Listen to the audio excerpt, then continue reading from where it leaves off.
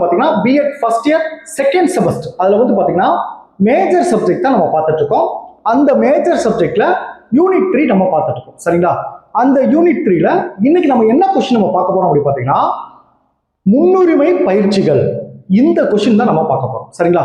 இப்போ இந்த கொஸ்டினை பத்தி நம்ம கிளாஸ் எடுக்கிறதுக்கு முன்னாடி நம்மளுடைய இந்த BEd first year second semester கிளாஸ்ல புதுசா ஜாயின் பண்றதுக்கு நிறைய பேர் கால் பண்றீங்க. நீங்க எப்படி ஜாயின் பண்ணணும்னா என்னுடைய மொபைல் நம்பர் 9159084262 இந்த நம்பருக்கு நீங்க கால் பண்ணுங்க. நம்முடைய கிளாஸ்ல நீங்க எப்படி ஜாயின் பண்ண சொல்லி நான் உங்களுக்கு டீட்டெயிலா சொல்லிடுவேன். அதே மாதிரி புதுசா ஜாயின் பண்ணவங்களுக்கும் நான் இது வரைக்கும் நடந்த அந்த பழைய கிளாஸ் நோட்ஸ் எல்லாமே நான் அனுப்பிச்சு வச்சிருவேன். நான் அனுப்புற நோட்ஸ் வந்து பாத்தீங்கன்னா நீங்க எக்ஸாமுக்கு எப்படி எழுதணுமோ அந்த மாதிரி எல்லாமே நான் பாயிண்ட் வைஸா கன்வெர்ட் பண்ணி முக்கியமான விஷயத்தெல்லாம் பாக்ஸ் போட்டு கொடுத்துருப்பேன். நீங்க கிளாஸை கவனிச்சுட்டு நான் அனுப்புற நோட்ஸை நீங்க படிச்சீங்கன்னா உங்களுக்கு எக்ஸாமுக்கு ரொம்ப உதவியா இருக்கும். சீக்கிரமாகவும் நீங்க படிச்சிடலாம். சரிங்களா? ஸோ ஜாயின் பண்ண விருப்பப்படுறவங்க என்னுடைய மொபைல் நம்பருக்கு கால் பண்ணி டீட்டெயிலா கேட்டு நம்முடைய கிளாஸ்ல நீங்க ஜாயின் பண்ணிக்கலாம். சரிங்களா? ஓகே, இப்போ நம்ம இந்த முன்னுரிமை பயிற்சிகள் இந்த கொஸ்டினை பத்தி நம்ம பார்ப்போம். இப்போ பாருங்க, முன்னுரிமை பயிற்சிகள் இது ரொம்ப ரொம்ப முக்கியமான ஒரு கண்டென்ட். சரிங்களா? இந்த இந்த முன்னுரிமை பயிற்சிகள் இந்த பழக்கத்தை மாணவர்களுக்கு வந்து பாத்தீங்கன்னா சின்ன வயசுல இருந்தே இதை அவங்க பழக்கப்படுத்திட்டாங்கன்னா கண்டிப்பா அவங்க பெரிய ஆளா வர்றதுக்கான வாய்ப்பு அதிகமா இருக்கு. அந்த அளவுக்கு இந்த கண்டென்ட் ரொம்ப ரொம்ப முக்கியம். நம்மளும் இந்த முன்னுரிமை பயிற்சியை பற்றின பழக்கத்தை நம்ம ஏற்படுத்திட்டோம்னா நம்முடைய வாழ்க்கையில எது முக்கியமாக நமக்கு தேவையோ அதுல தான் நம்முடைய கவனம் முழுவதும் அதுல செலுத்தி நம்மளும் அந்த குறிப்பிட்ட துறையில பெரிய ஆளா வர்றதுக்கான வாய்ப்பு அதிகமா இருக்கு. சரிங்களா? அப்படி என்ன சார் இந்த முன்னுரிமை பயிற்சிகள் அப்படி பார்த்தீங்கன்னா இப்ப நம்ம எடுத்துக்கோங்க. இப்ப காலையில இருந்து இரவு தூங்குற வரைக்கும் நல்லா கவனிச்சுங்க. ஒரு நாளைக்கு நம்ம என்னென்ன வேலையெல்லாம் செய்யறோம் அதை மட்டும் நீங்க ஒரு A4 ஷீட்ல நீங்க எழுதுங்க. ஒரு 2-3 நாளைக்கு எழுதுங்க. எழுதிட்டு அந்த எழுதுனதை ஒரு 3 நாள் கழிச்சு பாருங்க. நம்ம இன்னைக்கு என்னென்ன வேலைலாம் பார்த்துருக்கோம், இந்த 3 நாள் என்னென்ன வேலை பார்த்துருக்கோம் பாருங்க. அந்த வேலையில நமக்கு ரொம்ப ரொம்ப முக்கியமான வேலை, நம்முடைய வாழ்க்கைய முன்னேற்றத்திற்கு, நம்முடைய தொழிலையோ நம்ம படிப்பையோ முன்னேற்றம் அடைய செய்யறதுக்கு எவ்வளவு டைம் அதுக்கு கொடுத்துருக்கோம், அந்த வேலையில அதை வந்து 10ஓட 11 செஞ்சிருக்கோமா இல்ல அந்த வேலையை செய்யவே இல்லையா அப்படின்றது உங்களுக்கு கண்கூடா தெரியும். சரிங்களா? இப்போ நம்ம பிஎட்டே எடுத்துக்கோங்க. நிறைய ஸ்டூடெண்ட்ஸ் வந்து பாத்தீங்கன்னா அந்த எக்ஸாம் டைம் டேபிள் வந்த பிறகுதான் படிக்கவே ஆரம்பிப்பாங்க. அப்போ அதுக்கு முன்னாடி அவங்க வேலையே செய்யாம இருந்திருப்பாங்களா? வேலை செஞ்சிருப்பாங்க, ஆனா படிக்கிறதுக்கான டைம் மட்டும் ஒதுக்கி இருக்க மாட்டாங்க. கேட்டா டைம் இல்லை அப்படின்ற ஒரு வார்த்தை செய்யும். அத்தனை வேலை செய்ய டைம் இருக்கு. நம்முடைய வாழ்க்கைக்கு மிகவும் முக்கியமானது கல்வி. ஆனா அதை ஒதுக்குறதுக்கு நமக்கு டைம் இருக்காது. சப்போஸ் அதை ஒதுக்கியிருந்தா கூட குறைஞ்ச டயத்துல அதை 10ஓட 11 அந்த ஒரு வேலையை பார்த்துருக்கோம். இப்படி பார்த்தா எப்படி நம்ம ஜெயிக்க முடியும்? நமக்கு எது முக்கியமோ அதுக்கு தான் ஃபர்ஸ்ட் முன்னுரிமை கொடுக்கணும். இப்போ ஃபார் எக்ஸாம்பிள் மாணவர் எடுத்துக்கங்க. இப்போ 5 பாடம் தமிழ், ஆங்கிலம், கணிதம், அறிவியல், சமூகம் 5 பாடம் இருக்குன்னா நிறைய மாணவர்கள் பாருங்க எது அவனுக்கு ஈஸியா இருக்கோ அந்த பாடத்தை தான் எடுத்து படிச்சுட்டே இருப்பான். நிறைய மாணவர்கள் ஃபெயில் ஆன மாணவர் பாருங்க ஒரு குறிப்பிட்ட பாடத்துல ஃபெயில் ஆயிருப்பாங்க. ஏன்னா அந்த பாடம் அவனுக்கு கடினமா இருந்திருக்கும், அது புரியாம இருந்திருக்கும். முக்கியமான விஷயம், அவன் அது எனக்கு புரியாது அப்படின்னு நினைச்சதால அந்த பாடத்துக்கு அவன் அதிக டைம் ஒதுக்கி இருக்க மாட்டான்.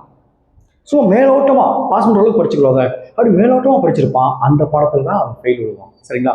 அப்ப இந்த முன்னுரிமை பயிற்சி என்பது எந்த பகுதி நம்ம வீக்கா இருக்கமோ, ஆனா வீக்கா இருக்க அந்த பகுதி முக்கியமா இருக்கும், அதுக்கு அதிக டைம் கொடுக்கணும். அந்த வேலையை தான் முக்கியமா படிக்கணும். இப்போ ஒரு சில மாணவர்கள் கணிதம் பாடப்பகுதி புரியல, கடினமா இருக்கு அப்படின்னு பார்த்தோன்னா அந்த மாணவன் கணித பாடப்பகுதிக்கு தான் அதிக முக்கியத்துவம் கொடுக்கணும், அதிக டைம் கொடுக்கணும். எது நமக்கு கடினமா இருக்கும், எது நமக்கு ஒரு அந்த பாடத்தை வந்து பயமா இருக்கும், அதுக்கு தான் நம்ம அதிகமா முதல் தகுதி அதுக்கு தான் கொடுக்கணும், அதிகமான நேரத்தை அதுக்கு தான் ஒதுக்கணும். அதைத்தான் என்ன செய்வோம்னா இந்த முன்னுரிமை பயிற்சிகள். நிறைய மாணவர்கள் வந்து நம்ம எதை ஃபர்ஸ்ட் செய்யணும், எதை செகண்ட் பண்ணணும் அப்படியே புரியாம இருப்பாங்க. இதை நம்ம லைஃப்ல கூட பாருங்க, எந்த வேலையை பண்ணணும், எந்த வேலையை 2வது பண்ணணும் அப்படி தெரியாம இருப்பாங்க. சரிங்களா? நீங்களும் பார்த்துருப்பீங்க. நிறைய பேர் பாருங்க பேங்க்ல பாருங்க நகை அடை வைக்கும் போது நகையை திருப்ப வரப்ப நாளைக்கு லாஸ்ட் டேட்டா இருக்கும். அன்னைக்கு அந்த லாஸ்ட் டேட் அன்னைக்கு 3 மணிக்குள்ள இல்லை மதியம் 1 மணிக்குள்ள வர வேண்டியிருக்கும். அன்னைக்கு பாருங்க 2 மணிக்கெல்லாம் நிறைய பேர் வருவாங்க. சார் இன்னைக்கு லாஸ்ட் டேட்டு நான் மறந்துட்டேன், ஏன்னா திரும்ப அடுத்த நாள் வந்து அவங்க எக்ஸ்ட்ரா பணம் கட்டி இன்ட்ரெஸ்ட் கட்டி அந்த நகையை திரும்ப முடியாது இருக்கும். இந்த மாதிரி சின்ன சின்ன விஷயங்கள் நம்ம போட்டு விட்ருவோம். எது முக்கியம் அப்படின்னு பார்த்துட்டு ஒரு நாளைக்கு இப்போ நமக்கு வந்து பிஎட் படிக்கணும், நம்ம பிஎட் படிக்கிறது தான் முக்கியம். அப்போ இதுக்கு முக்கியமாக ஒரு டைம் ஒதுக்கிட்டு அந்த வேலையை ஃபஸ்ட்டு பார்த்துட்டு தான் மற்ற வேலையை நம்ம பார்க்கணும். இதுதான் நான் சொன்னா முன்னுரிமை பயிற்சின்னு சொல்லுவாங்க. சரிங்களா? இதை மாணவர்களுக்கு சின்ன வயசுலேருந்து அவன் கற்றுக்கிட்டானா அவனுக்கு வளர தெரிஞ்சிடும் நமக்கு எது முக்கியத்துவம். இப்போ நம்ம பாடம் படிக்க வேண்டியிருக்கு. முதல் படிப்பு, அடுத்துதான் பொழுதுபோக்கு. சில பேர்லாம் பாருங்க படிச்சுட்டே இருப்பாங்க, ஃபோனை நோண்டுவாங்க, நிறைய டைம் இதை எடுத்துக்கிறோம். சில பேர் படிச்சுட்டே இருப்பாங்க, டிவியை பார்த்துட்டே படிச்சுட்டு இருப்பாங்க, டிவியில் முக்கியமான அதில் கவனம் போயிடும், படிக்கிறத விட்டுருவாங்க. இப்படி எப்பவுமே இருக்காதீங்க. முன்னுரிமை கொடுங்க, உங்க வேலைக்கு முன்னுரிமை கொடுங்க. இந்த உலகத்துல ஜெயிச்சவங்க முக்காவாசி பேரு தன்னுடைய துறையில அதிகமான முக்கியத்துவம் கொடுத்து அதுக்கு அதிகமான நேரம் கொடுத்து ஒர்க் பண்றவங்க தான் ஜெயிச்சிருக்காங்க. சரிங்களா? இது எப்பவுமே மைண்ட்ல வச்சுக்கோங்க. ஃபர்ஸ்ட் இந்த முன்னுரிமை பயிற்சிகள் என்றால் என்ன, அதுக்கு டெஃபினிஷன் பாருங்க. இப்ப இதுல வார்த்தைகள்லாம் புரியாம இருக்கும், சொல்லும் போதே நல்லா கவனம் வச்சுங்க. இவ பாருங்க, இவை ஒப்பீட்டளவில் எளிமையான செயல்பாடாகும். இதை வந்து ஒரு எளிமையான செயல்பாடுன்னு சொல்றாங்க. அடுத்து பாருங்க, இங்கு மாணவர்களின் குழுவிற்கு ஒரு பிரச்சனையின் பண்புகள் அல்லது தீர்வுகளின் பட்டியல் கொடுக்கப்பட்டு, பாத்தீங்களா, பிரச்சனையின் பண்புகள் அல்லது தீர்வுகளின் பட்டியல் கொடுக்கப்பட்டு சில திட்டவட்டமான அளவுகோல்களின்படி அவற்றை வரிசைப்படுத்துமாறு கேட்கப்படுகிறார்கள். இப்போ மாணவர்கள் வந்து 5 புத்தகத்தை உங்க கையில கொடுத்துட்டு எந்தெந்த பாடத்தை நீங்க ஃபர்ஸ்ட் படிக்க ஆசைப்படுறீங்க அப்படி சொல்லி கொடுத்தோம்னா அவன் ஃபர்ஸ்ட் என்ன எழுதுவான் தெரியுமா? தனக்கு எந்த பாடம் பிடிச்சிருக்கோ அதை தான் ஃபர்ஸ்ட் எழுதுவான். எந்த பாடம் பிடிக்கலையோ அதை கடைசியாக எழுதியிருப்பான். இது மாணவர்கள் செய்யறது தவறு. அப்ப என்ன செய்யணும், ஃபர்ஸ்ட் எழுத விட்டுறணும் எல்லா மாணவர்களும். அதுதான் முன்னுரிமைப்படி அந்த பிரச்சனைகளை பண்புகளை அவன் முன்னாடி வைக்கிறோம். அவனவா எழுத சொல்றான். எது ஃபர்ஸ்ட்டுக்கு நீ முன்னுரிமை கொடுப்ப அதை எழுத சொல்றான். எழுதிட்டு அப்புறம் ஒரு 4 மாணவர்களா பிரிச்சு விட்டு அவன் எழுதுனதை அந்த 4 மாணவர்கள் டிஸ்கஸ் பண்ண சொல்றான். ஒருத்தர் கேட்பான், நீ எதுக்கு முதல் தமிழ் படத்தை போட்டிருக்க, நீங்க அறிவியல் படம் தான் ரொம்ப வீக்கா இருக்க, அப்ப அதுக்கு தானே நீ ஃபர்ஸ்ட் முன்னுரிமை கொடுக்கணும், அதுக்கு தானே டைம் கொடுக்கணும், ஸோ அந்த படத்தை முதல் எடுத்து போடு, அதுக்கு நீ அதிக டைம் கொடு. இப்படி சொல்லி அவன் கரெக்டான தீர்வுக்கு நம்ம எதை படிக்கணும் அப்படின்ற தீர்வுக்கு வரான். அதைத்தான் இந்த கண்டென்ட் சொல்றாங்க. மறுபடியும் வாசிக்கணும், கவனிங்க. இவை ஒப்பீட்டளவில் எளிமையான செயல்பாடாகும்.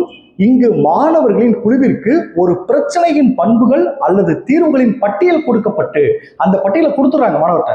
இதை நீ ஃபர்ஸ்ட் எப்படி செயல்படுவ அப்படின்னு சொல்லி மாணவர்களுக்கே யோசிச்சு எழுத சொல்றாரு. அதான் கொடுக்கப்பட்டு சில திட்டவட்டமான அளவுகளின்படி அவற்றை வரிசைப்படுத்துமாறு கேட்கப்படுகிறார்கள். அடுத்து பாருங்க, தனிப்பட்ட தரவரிசை செய்யப்பட்ட பிறகு, அந்த தரவரிசை செய்யப்பட்ட பிறகு ஒரு குழு விவாதம் மேற்கொள்ளுதல். அந்த குழு சொல்ல அந்த குழு விவாதம் மேற்கொண்டு இந்த வகை செயல்பாடு பாருங்க, தீர்ப்பு திறன், தொடர்பு மற்றும் தனிப்பட்ட திறன்களை உருவாக்குகிறது. இது மாணவர் தனிப்பட்ட திறனை உருவாக்குது.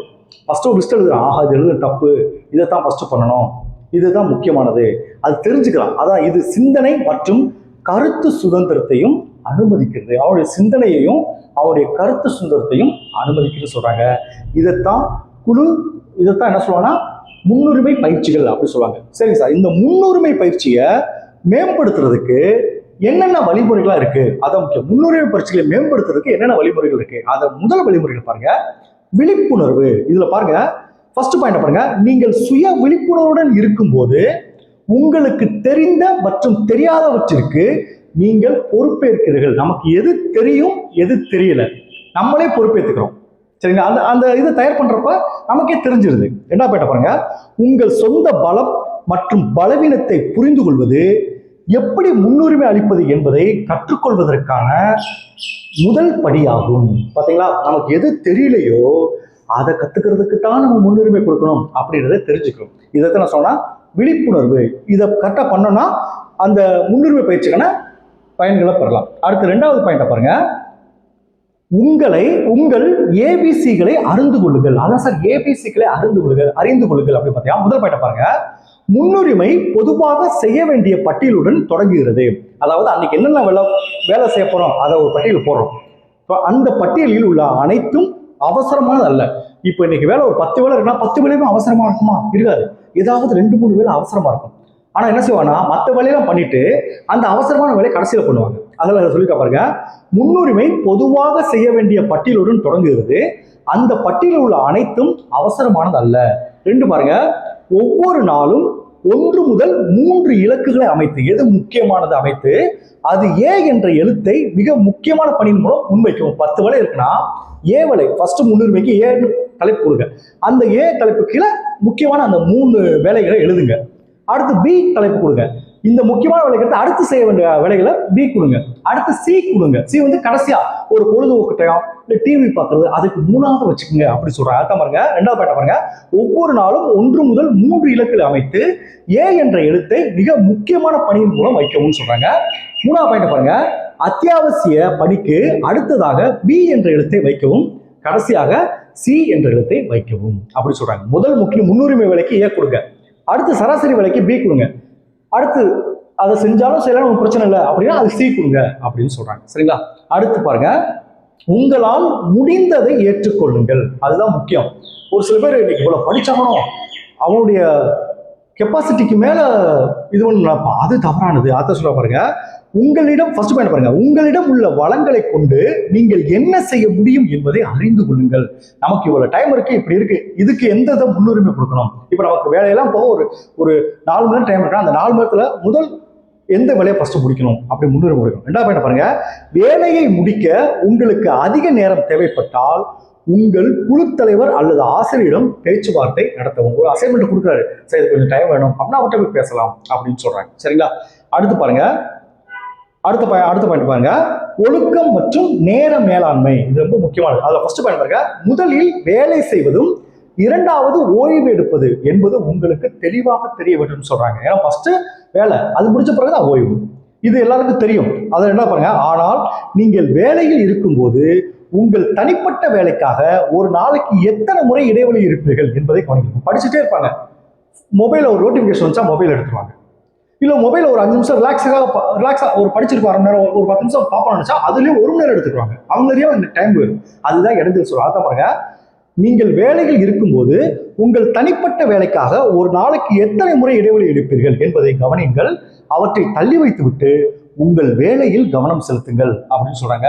லாஸ்ட் பாயிண்ட் பாருங்க, போதுமான நேரம். இதுல ஃபர்ஸ்ட் பாயிண்ட் பாருங்க, பணிகளை முடிக்க போதுமான நேரத்தை ஒதுக்குவதையும் நேரத்தை மிச்சப்படுத்துவதற்கும் அதிக உற்பத்தி திறன் பெறுவதற்கும் மாற்றங்களை செய்வதையும் முன்னுரிமை உறுதி செய்கிறது. அதாவது முக்கியமான வேலையை சீக்கிரம் முடிச்சுட்டா மற்ற வேலையை சீக்கிரம் முடிச்சிடலாம். அப்போ முக்கியமான வேலைக்கு முன்னுரிமை கொடுங்க அப்படின்னு சொல்றாங்க. 2வது பாயிண்ட் பாருங்க, இது உங்களுக்கு ஓய்வெடுக்க அதிக நேரம் கொடுக்கிறது. ஃபர்ஸ்ட் முக்கியமான வேலையை முடிச்சிட்டோம்னா மற்ற வேலை ஈஸியான வேலை சீக்கிரம் முடிச்சுட்டு நம்ம ஓய்வு எடுத்துக்கலாம் அப்படின்னு சொல்றாங்க. இதுதான் என்ன பார்த்தீங்கன்னா முன்னுரிமை பயிற்சிகள். Okay, thank you students. நம்ம நெக்ஸ்ட் கிளாஸ்ல பார்ப்போம்.